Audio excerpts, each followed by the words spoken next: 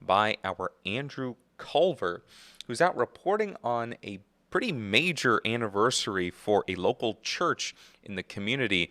Andrew, tell us more about this 95th anniversary of Brown's Chapel Church.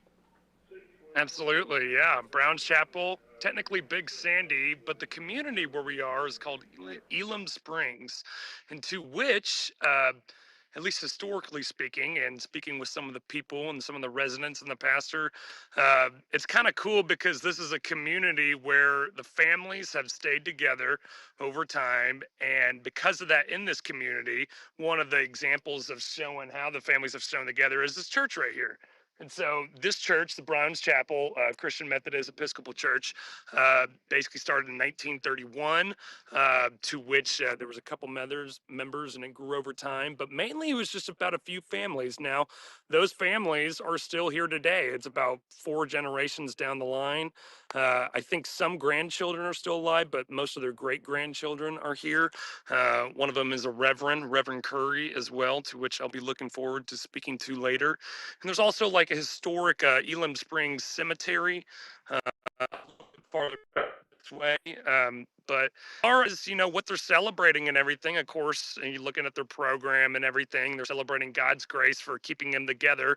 But one of the main things is how a group of families has stuck together and stuck it out and has valued that connection over time, to which they're celebrating 95 years, almost 100. I'll be excited to see what they're doing for 100 years. As far as their today's celebration, it really just is a 2-hour service, to which they'll be praising, they'll be singing. I've seen them singing and whatnot, and it's been a good program. It's actively going on right now. It'll continue for the next about an hour and a half or so. But there'll be more tonight, just a little bit more on the community and whatnot, as I'm very excited to speak with the people who are still in those families and to talk about how history has passed down over time, I guess. So, yeah. All right. I don't know if you've had the opportunity to talk with anybody yet today, but what do you think, from what you've gathered so far, is the reason why this church community has lasted for as long as it has, almost a century now? Well, I can tell you this. From speaking with some of the people, and as far as Elam Springs is a very tight knit community.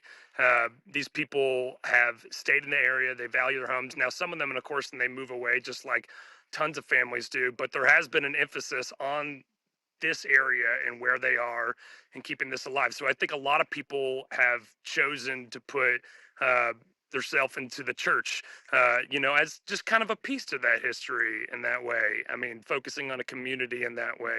And of course, they're believers, and so they continue to do this with the church and whatnot. But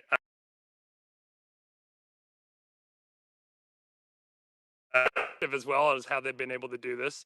But as far as just speaking with some members briefly with the one of the reverends and whatnot, I think this is they value this area kind of in Big Sandy, and have, and some, at least some people have anchored down and just made sure their history is kind of still there and whatnot too. I'm also about to check out the historic cemetery, so I'll be filming around and whatnot too. And there's a little section on it on our program, so I'll look into that as well. All right. Well, thank you, Andrew, for that update. We'll hear more about that tonight at 10 p.m. Thank you, Leo. All right.